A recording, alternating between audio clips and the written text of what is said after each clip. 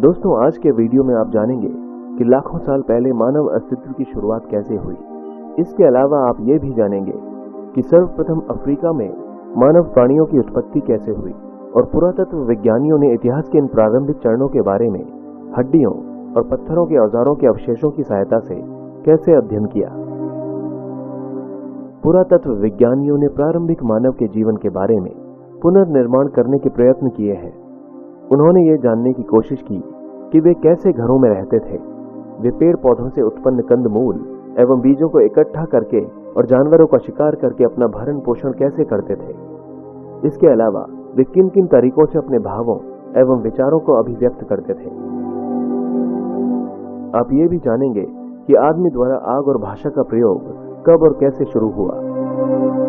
और अंत में आप ये देखेंगे कि आज की दुनिया में भी जो लोग शिकार और पेड़ पौधों से प्राप्त खाद्य सामग्रियों से अपना भरण पोषण करते हैं, क्या उनके जीवन का अध्ययन करके अतीत के बारे में जानकारी मिल सकती है। मानव के क्रमिक विकास की कहानी। मानव कब और किस रूप में सर्वप्रथम अस्तित्व में आया, ये कहना मुश्किल है, मगर ऐसा समझा जाता है कि लगभग 56 लाख वर्ष पहले पृथ्वी पर ऐसे प्राणियों का उद्भव हुआ था जिन्हें हम मानव कह सकते हैं। इसके बाद आदि मानव के कई रूप बदले और कालांतर में लुप्त हो गए। आज हम जिस रूप में मानव को देखते हैं, जिन्हें हमने आगे चलकर आधुनिक मानव कहा, वैसे लोग 1,60,000 साल पहले पैदा हुए थे। लगभग 8,000 ईसा पूर्व तक मानव इतिहास के इस लंबे अरसे के दौरान लोग दूसरों द्वारा मारे गए या अपनी मौत खुद मरे, प्राणियों के शरीर में से मांस निकालकर जानवरों का शिकार करके अथवा पेड़ पौधों से कंदमूल, फल और बीज आदि बटोरकर अपना पेट भरते थे। धीरे धीरे उन्होंने पत्थरों से औजार बनाना और आपस में बातचीत करना भी सीख लिया। हालांकि आगे चलकर मानव ने भोजन जुटाने के कई और तरीके भी अपना लिए थे, पर शिकार और संग्रह करके यानी इधर उधर से खाने की चीजें तलाशने और बटोरने का तरीका भी चलता रहा। आज भी दुनिया के कुछ भागों में ऐसे शिकारी संग्राहक समाज यानी हंटर गैदरर सोसाइटीज हैं जो शिकार और संग्रहण से अपने भोजन की व्यवस्था करते हैं। इसीलिए विशेषज्ञों को लगता है कि आज के इन शिकारी संग्राहक लोगों के जीवन शैली का अध्ययन करके हमें अतीत के बारे में कुछ जानकारी जरूर मिल सकती है। आज हमें आदि मानव के इतिहास की जानकारी मानव के जीवाश्मों यानी फॉसिल्स, पत्थर के औजारों और गुफाओं की चित्रकारियों की खोजों से मिलती है। इनमें से प्रत्येक खोज का अपना एक इतिहास है। अक्सर ही जब ऐसी खोजें सर्वप्रथम की गईं, अधिकांश विद्वानों ने यह मानने से इनकार कर दिया कि ये जीवाश्म प्रारंभिक मानवों के हैं। शुरुआती वैज्ञानिकों को आदि मानव की चित्रकारी करने और पत्थरों के औजार बनाने की योग्यता पर शक था।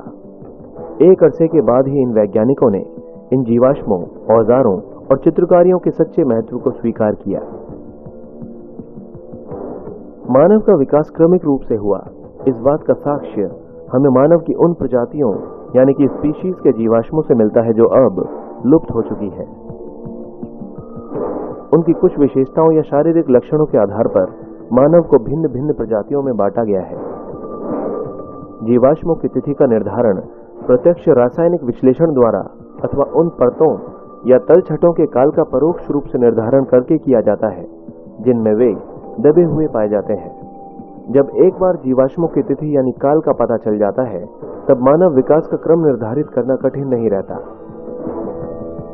लगभग 200 वर्ष पहले सर्वप्रथम जब ऐसी खोजें की गईं, तब अनेक विद्वान ये मानने को तैयार नहीं थे कि खुदाई में मिले जीवाश्म और पत्थर के औजार तथा चित्रकारियों जैसी अन्य चीजें वास्तव में मनुष्य के आदिकालीन रूप से संबंध रखती थी। मानव के विकास के क्रम को 360 से 240 लाख वर्ष पहले तक खोजा जा सकता है।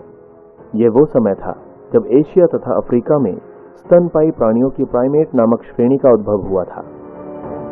उसके बाद लगभग 240 लाख साल पहले प्राइमेट श्रेणी में एक उपसमूह उत्पन्न हुआ जिसे होमिनॉइड कहा गया। इस उपसमूह में वानर यानी एप्स शामिल थे। और फिर बहुत समय बाद लगभग 56 लाख वर्ष पहले हमें पहले होमिनिड प्राणियों के अस्तित्व का साक्ष्य मिला। होमिनिड वर्ग होमिनॉइड उपसमूह से विकसित हुए।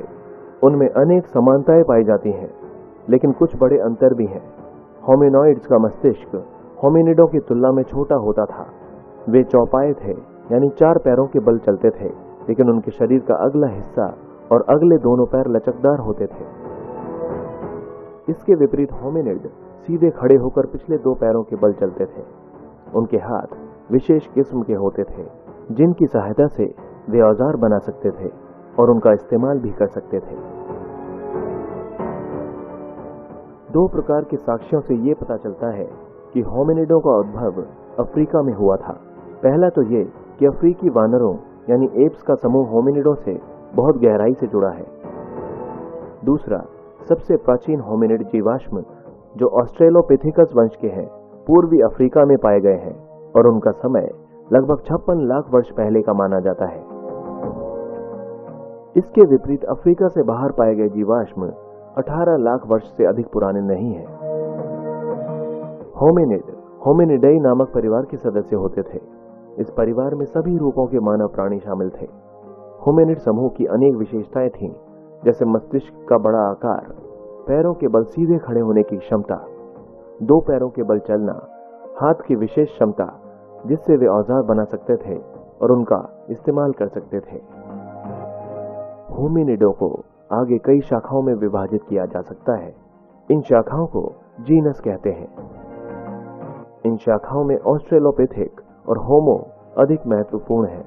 इन शाखाओं में प्रत्येक की कई प्रजातियां होती हैं। ऑस्ट्रेलोपिथिकस और होमो के बीच कुछ बड़े अंतर उनके मस्तिष्क के आकार, जबड़े और दांतों के संबंध में पाए जाते हैं।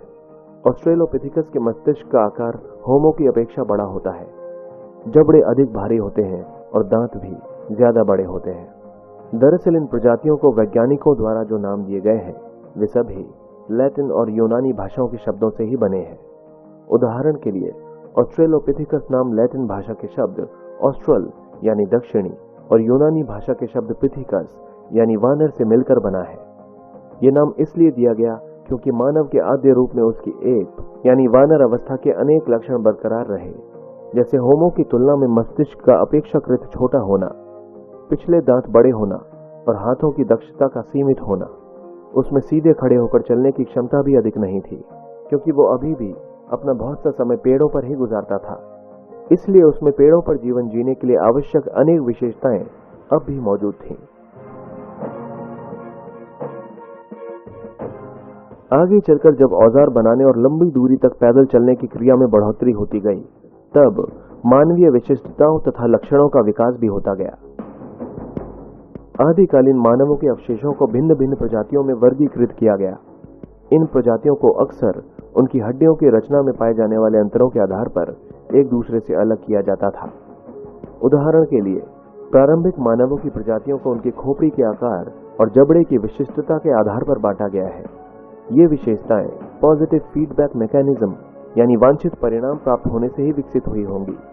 उदाहरण के लिए 2 पैरों पर खड़े होकर चलने की क्षमता के कारण हाथ बच्चों या चीजों को उठाकर ले जाने के लिए मुक्त हो गए, और ज्यों-ज्यों हाथों का इस्तेमाल बढ़ता गया, त्यों-त्यों 2 पैरों पर खड़े होकर चलने की कुशलता भी बढ़ती गई। इससे विभिन्न प्रकार के काम करने के लिए हाथ स्वतंत्र हो जाने का लाभ तो मिला ही, साथ ही पैरों की बजाय 2 पैरों पर चलने की शारीरिक ऊर्जा की खपत भी कम होने लगी। लेकिन दौड़ते समय यह लाभ उल्टा हो गया। लेतोली तंजानिया में मिले होमिनिड के पद चिन्हों के जीवाश्मों और हादार इथियोपिया से प्राप्त हड्डियों के जीवाश्मों से यह पता चलता है कि तत्कालीन मानव 2 पैरों पर चलने लगे थे। लगभग 25 लाख वर्ष पहले हिमयुग के प्रारंभ में जब पृथ्वी के बड़े बड़े भाग बर्फ से ढक गए, तो जलवायु तथा वनस्पतियों की स्थिति में बड़े बड़े परिवर्तन आए।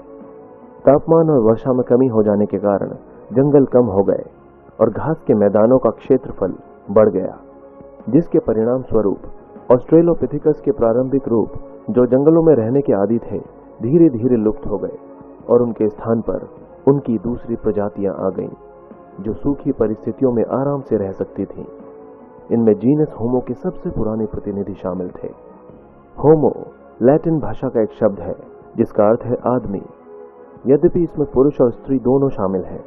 वैज्ञानिकों ने होमो को कई प्रजातियों में बांटा है और इन प्रजातियों को उनकी विशेषताओं के अनुसार अलग अलग नाम दिए हैं।